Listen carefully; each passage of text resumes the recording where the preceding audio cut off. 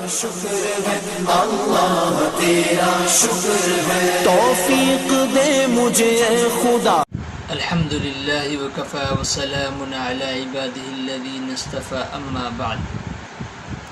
سامعین، اسلام کا وصف امتیاز ہے کہ اس نے اپنے متبعین کو مساوات و مخاوات کا درس دیا۔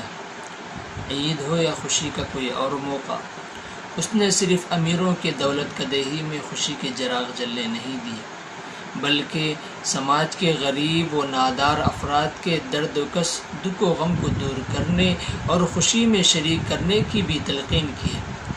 چنانچہ بقرعید کی قربانی میں 1/3 حصہ غریبوں کا حق قرار دیا گیا، تو وہیں دوسری طرف آپ صلی اللہ علیہ وسلم نے فرمایا کہ بدترین ولیمہ وہ ہے جس میں سماج کے امیر لوگوں کو بلایا جائے اور غریب و نادار افراد کو نظر انداز کر دیا جائے۔ اسی طرح عید الفطر کی خوشی میں بھی شریک کرنے کے لیے صدقۃ الفطر کا ایک بہترین نظام مقرر فرمایا ہے۔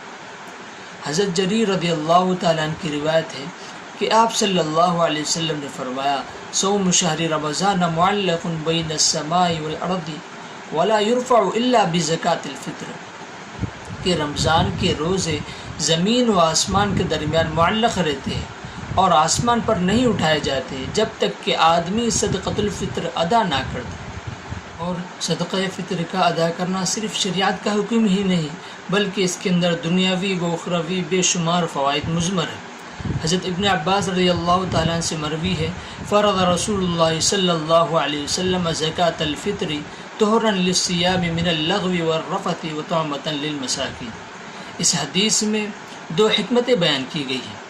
ایک یہ کہ مسلمانوں کے جشن و مسرت کے اس دن بھی صدقہ فطر کے ذریعے محتاجوں مسکینوں کی شکم سیری اور آسودگی کا انتظام ہو جائے اور وہ بھی خوشی میں شریک ہو جائے۔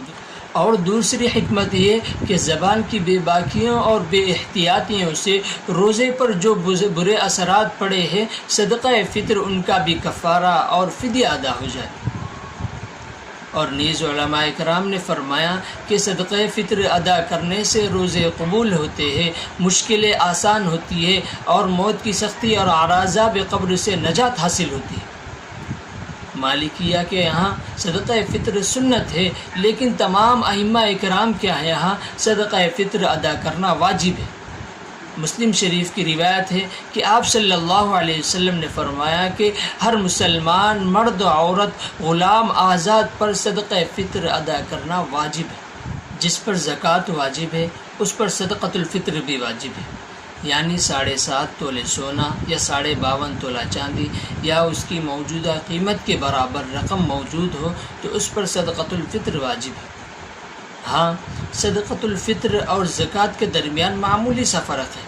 زکوٰۃ میں مال نامی اور سال کا گزرنا ضروری ہے، لیکن صدقۃ الفطر میں مال نامی اور سال کا گزرنا ضروری نہیں۔ عید کی صبح کے دن اتنی مالیت کا مالک ہو گیا تو اس پر صدقۃ الفطر ادا کرنا واجب ہو گیا۔ اور صدقۃ الفطر کی ادائیگی کا بہترین وقت یہ ہے کہ عید کی صبح عیدگاہ جانے سے پہلے ادا کر دیں۔ یہ بہترین وقت ہے اور افضل وقت ہے۔ اگر کوئی شخص اس وقت میں ادا نہ کرے تو وہ رمضان کے بعد بھی ادا کر سکتا ہے، لیکن اتنا ثواب اسے نہیں ملے گا۔ آپ صلی اللہ علیہ وسلم نے عیدگاہ جانے سے پہلے عید کی صبح میں صدقۃ الفطر ادا کرنے کا حکم دیا ہے۔ اب میں کچھ متفرق مسائل بیان کرنا چاہتا ہوں۔ اگر کوئی عورت صاحب نصاب ہو تو اس پر بھی صدقہ فطر واجب ہے، مگر عورت پر کسی اور کی طرف سے صدقہ فطر واجب نہیں، نہ بچوں کی طرف سے، نہ ماں باپ کی طرف سے، نہ شوہر کی طرف سے۔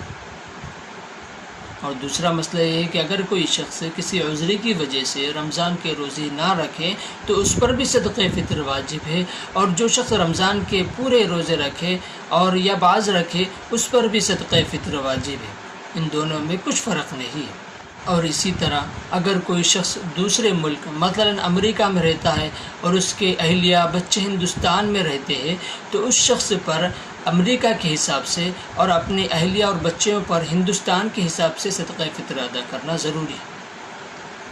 جس طرح مردوں پر اپنی طرف سے صدقہ فطر ادا کرنا ضروری ہے، اسی طرح اپنی نابالغ اولاد کی طرف سے بھی صدقہ فطر ادا کرنا ضروری ہے۔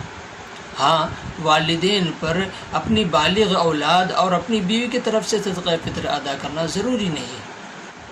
اب یہ سوال ہوگا کہ صدقۃ الفطر کس کو دینا جائز ہے؟ تو اس کا جواب یہ ہے کہ جن لوگوں کو زکوٰۃ دینا جائز ہے ان لوگوں کو صدقۃ الفطر بھی دینا جائز ہے۔ کسی غیر مسلم کو زکوٰۃ، عشر اور دوسرے صدقات واجبہ یعنی صدقہ فطر، نذر، کفارہ یہ دینا جائز نہیں۔ ہاں، ان کو نفلی صدقات دینے کی گنجائش ہے، لیکن کسی مسلمان کو دینا زیادہ بہتر ہے۔ اب میں آخر میں یہ بات کہہ کر اپنی گفتگو ختم کرتا ہوں کہ جن لوگوں پر صدقۃ الفطر واجب ہے وہ اپنے مال کے حساب سے، اپنے علاقے کے حساب سے زیادہ صدقہ فطر نکالنے کی کوشش کریں۔ اللہ تعالی ہمیں عمل کی توفیق نصیب فرمائے، آمین۔ وما علینا الا البلاغ۔ تیرا شکر ہے اللہ، تیرا شکر